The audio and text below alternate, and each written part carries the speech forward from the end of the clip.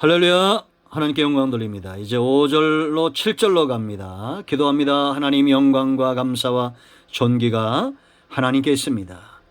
이 로마서의 말씀들을 열어주시니 감사합니다.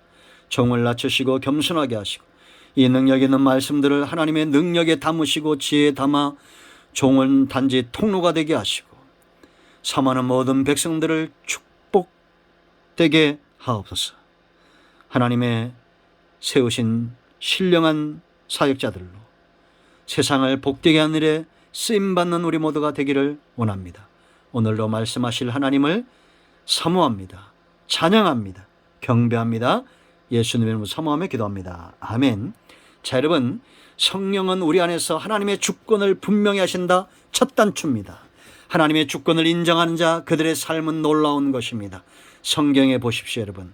하나님을 주인 삼는 자들이 망한 적이 있습니까? 없잖아요. 그러면 여러분 모두도 하나님을 주인 삼으십시오. 그 삼는 삶의 결실이, 모습이, 열매가 삶 가운데 나타나게 하십시오. 위에 있는 모든 권세들에게 복종하십시오. 자, 두 번째, 성령은 우리의 양심을 깨웁니다. 선한 양심을 갖는 자들 성령의 사람입니다. 절대 양심이 약하면 안 됩니다. 양심이 선한 사람 어디로 나옵니까? 입으로 나옵니다. 눈빛으로 나옵니다. 흘기는 눈 하나님이 싫어합니다. 함부로 말하는 시기와 질투와 참소는 악령의 역사입니다. 그러므로 여러분, 귀신 들림은 정신만 없는 게 아니에요. 우리 안에서 나오는 모든 것들을 말합니다. 우리는 성령의 사람입니다. 자, 5절로 7절 말씀, 양심의 의미가 있습니다. 여기 보면 양심이란 말이 있죠. 5절 보세요. 그러므로 복종하지 않을 수 없으니 진노 때문에 할 것이 아니라 뭐라 했습니까? 양심을 따라 할 것이니라. 하나님의 진노와 심판받을까 봐 그렇게 우리가 삶을 사는 것이 아니라, 위에 있는 권세들에게도 그렇게 복종하는 것이 아니라 양심을 쫓아 산다는 겁니다. 그럼 이 양심의 의미가 뭘까? 성경적 양심의 의미는 하나님을 향한 의무감. 다시 한번 말합니다. 하나님을 향한 의무감, 이런 뜻이 있습니다. 그러니까 양심이 살아있다는 것은, 세상 사람들은 세상의 어떤 도리, 사람이 나를 어떻게 볼까, 또 많이 배운 학문, 내가 그래도 무슨 대학을 나오고 이런 것들 있잖아요.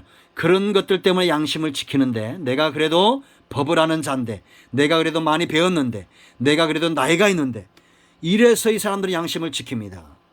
내가 우리 아버지 아들인데 뭐 이런 거 있잖아요.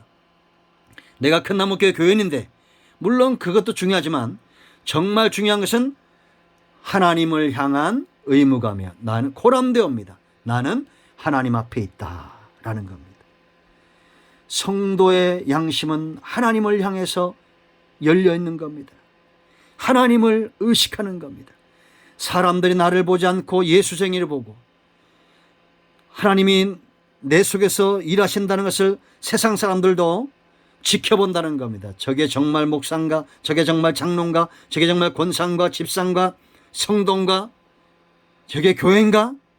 여러분, 하나님의 이름이 땅에 떨어지는 것 우리 때문이 되어서는 안 됩니다. 하나님을 향해서 의무감을 갖고 양심을 지키는 자들은 이 땅을 얼마나 복되게 하겠습니까? 아멘. 양심이 살아나야 됩니다. 이 양심은 어떻게 깨어날 수 있을까요? 성령 안에서 우리가 날마다 경건에 이르기를 연습하며 나아가는 겁니다. 할렐루야. 육체가 자라듯이 단지 육체만 키우는 것이 아니라 양심을 자라게 해야 됩니다. 어떤 분이, 제가 들은 간증이에요. 어떤 분이 부모님을 이렇게 섬기면서 장가도 가지 않고 시집도 가지 않고 부모를 섬기는 사람들이 있더라고요. 그 얼마나 우리가 볼 때는 안타까운 일이고 젊음을 다 희생하잖아요.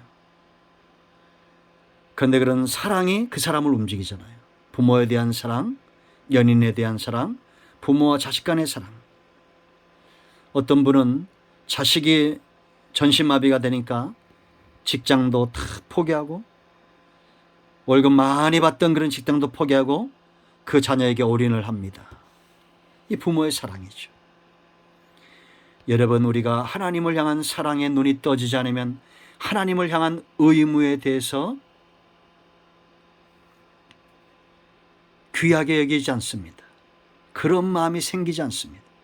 내가 누구에게 의무감을 갖는다는 것은 그 사람을 먼저 사랑하고 있다는 겁니다. 그렇지 않습니까?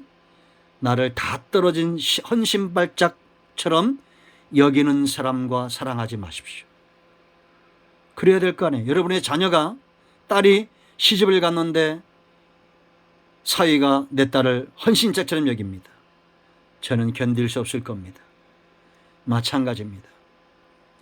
저도 이런 말씀에 큰 책임감 있고 두려움이 있고 부끄러움이 있습니다.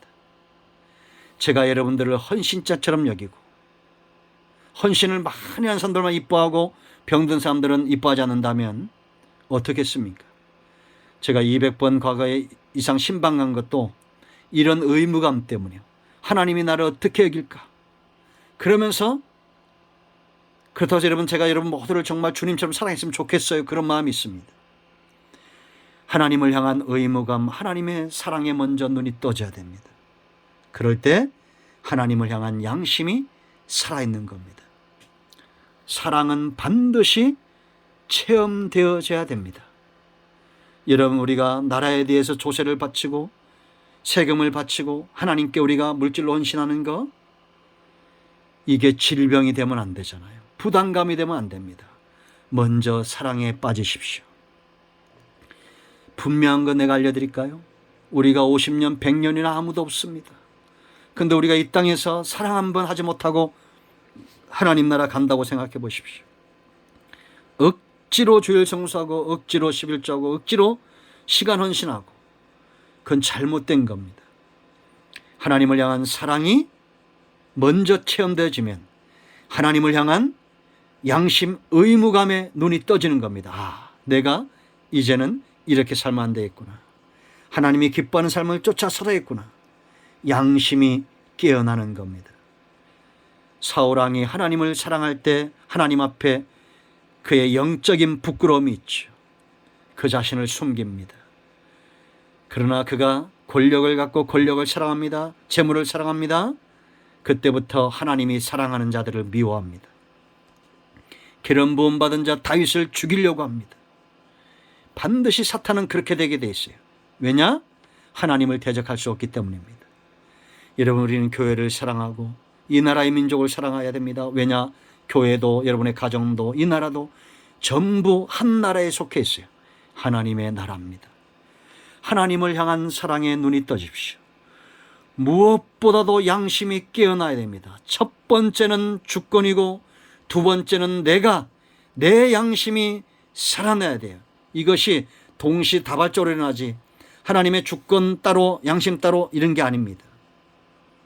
여러분, 믿음의 사람들, 그 길이 복되죠. 아브라함이 처음부터 이러지 않았습니다.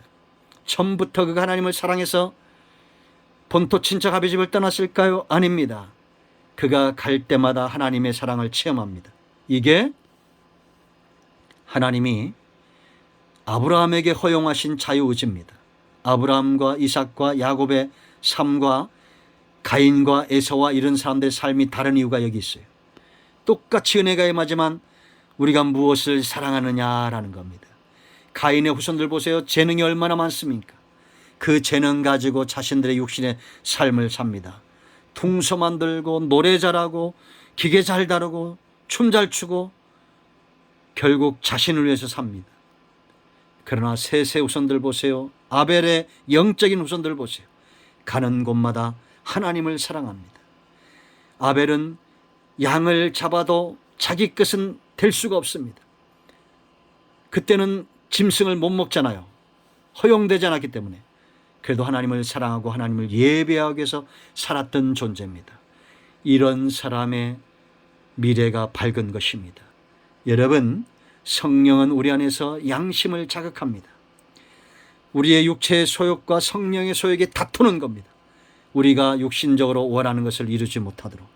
그러므로 여러분, 양심이 깨어나기를 축원드립니다. 그가 바로 성령의 사람입니다. 사랑하십시오. 그러면 양심이 깨어나고 하나님을 향한 의무가 분명해질 것입니다. 아멘. 기도합니다. 하나님, 이 말씀대로 되길 원합니다. 우리의 양심이 선한 양심으로 깨어나길 원합니다. 하나님을 향한 의무감에 사로잡히길 원합니다. 먼저 사랑하게 하시고, 아직 이 사랑을 체험하지 못한 분들은 첫사랑의 감격에 붙들림 바 되게 하시고, 나를 위해서 죽으신 그리스도 십자가 사랑에 매인바 되고 붙들림 바 되어서 하나님을 향한 의무에 발이 움직이고 손이 움직이고 시간이 움직이고 물질이 움직이고 생각하는 모든 것들이 움직이는 은혜가 있게 하옵소서. 세상은 복되어질 것이며 하나님은 영광을 받으실 겁니다. 우리 모두가 양심이 깨어나게 하옵소서. 예수님의 이름으로 사모하며 축복하며 취하며 기도합니다. 아멘. 할렐루야. 이제 선포합니다. 나생 예수의 면허니 영적인 문제, 범사의 문제, 육체의 문제, 이 코로나의 문제, 직장과 사업의 문제, 병마들 예수 그리스도의 이름으로 묶임을 놓고 이 시간 떠나갈지어다. 예수님의 이름으로 사모하며 축복하며 취하며 기도합니다. 아멘. 응답되었습니다. 할렐루야.